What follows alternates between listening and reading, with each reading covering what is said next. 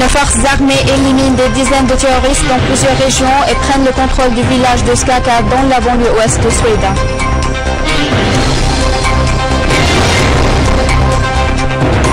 Les chefs des tribus syriennes affirment leur attachement absolu à leur patrie, leur État et à leur unité nationale.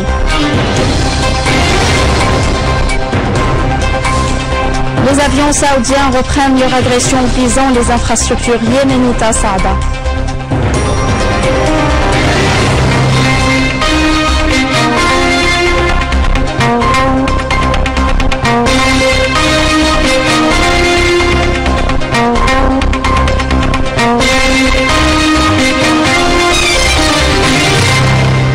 Mesdames et messieurs, bon après-midi et merci de nous rejoindre. Le président russe Vladimir Poutine a réitéré la position constante de Moscou dans l'appui du président Bachar al-Assad et son gouvernement. Nous pensons que c'est la bonne position et il est difficile que quelqu'un s'attende de nous à quelque chose d'autre, a-t-il précisé. Poutine a indiqué dans une interview devant la session générale du colloque économique international à Saint-Pétersbourg que son pays est prêt à continuer de travailler avec le président al-Assad pour garantir la voie vers les changements politiques pour que les citoyens en Syrie sentent la possibilité d'arriver au mécanisme de gouvernance et pour s'éloigner de l'affrontement armé. Mais cela ne peut pas se réaliser par l'intervention étrangère et l'usage de la force.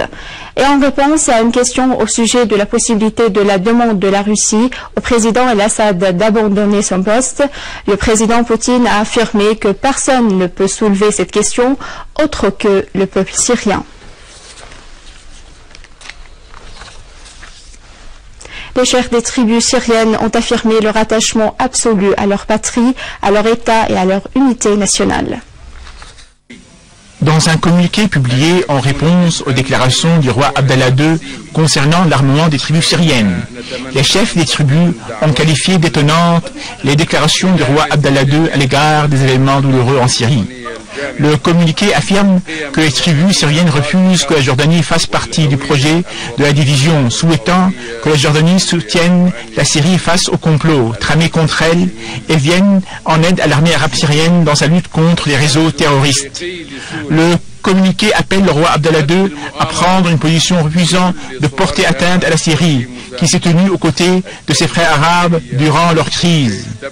Dans une conférence de presse tenue à l'hôtel Sheraton à Damas, Cheikh Nawaf Mulhem, chef de la tribu Aneza, a affirmé que la position des tribus syriennes est constante, soulignant que les tentatives nombreuses de porter atteinte à leur position nationale seront vouées à l'échec.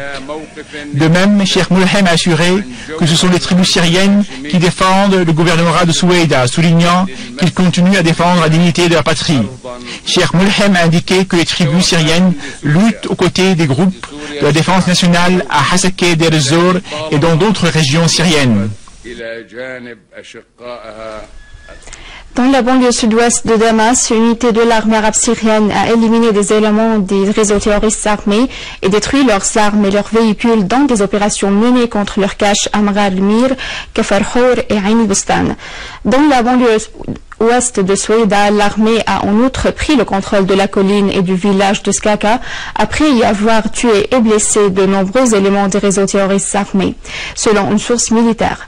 La source a fait savoir que les armes et les munitions qui étaient en possession des terroristes ont été détruites. À proximité du village de Al-Qasr, dans la banlieue est de Soueïda, des véhicules et des terroristes de Daesh ont été détruits.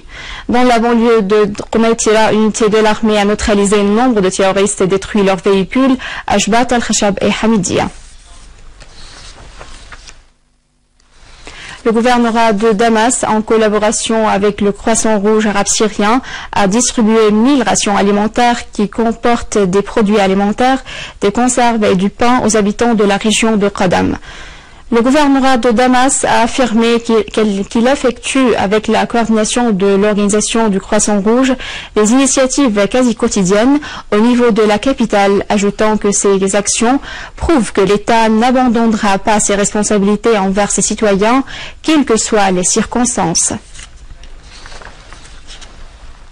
Le quotidien britannique The Times a publié un rapport de l'écrivaine Hannah Lucinda Smith dans lequel elle a affirmé que l'organisation terroriste Daesh manie la vie des enfants dans les régions qu'elle contrôle et les oblige à choisir entre l'enrôlement dans ses rangs pour se battre ou l'exécution d'attaques suicides. Et Smith a évoqué l'histoire d'un jeune adolescent prénommé Mohammed qui a été obligé de s'entraîner au combat alors que son frère a été obligé à s'enrôler dans la liste des suicidaires que l'organisation entraîne à porter des ceintures explosives et exécuter des attaques terroristes en se faisant exploser. Et selon Mohammed, 500 enfants attendraient d'inscrire leur nom sur la liste de l'organisation terroriste et beaucoup d'entre eux sont étrangers.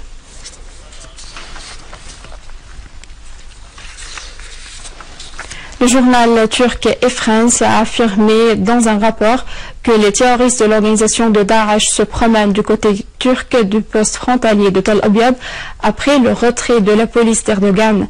Et le journal a précisé que ces terroristes se promènent en voiture dans le centre frontalier devant les caméras de surveillance au milieu d'une absence de la police turque.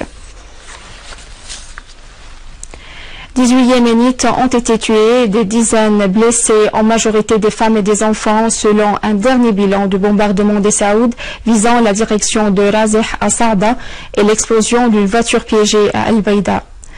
Une source militaire a confirmé que l'armée et les comités populaires ont réussi à pénétrer dans la position Al-Manjara en Arabie Saoudite dans la région Al-Tawal et ont pu détruire le centre de commandement d'où les soldats saoudiens ont fui sans aucune confrontation. La source a souligné que la force des missiles a ciblé plusieurs bases militaires du régime saoudien à Jizan par des dizaines de roquettes et d'obus d'artillerie. La source a souligné que l'aviation des Saouds a utilisé des bombes à fragmentation interdites au niveau international dans le raid contre les régions d'Al-Khudr et Midi dans le gouvernorat de Hijaz. Et à la fin du journal, voici un rappel des principaux titres. Nos forces armées éliminent des dizaines de terroristes dans plusieurs régions et prennent le contrôle du village de Skaka dans la banlieue ouest de Soueïda.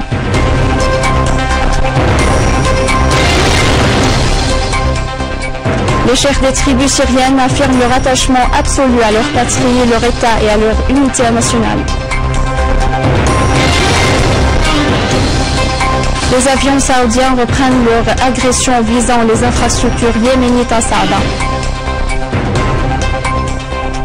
C'est la fin du journal. Je vous remercie de l'avoir suivi. Je vous rappelle que vous pouvez consulter un site web syriaonline.sy pour revoir ce journal et davantage d'informations. Au revoir.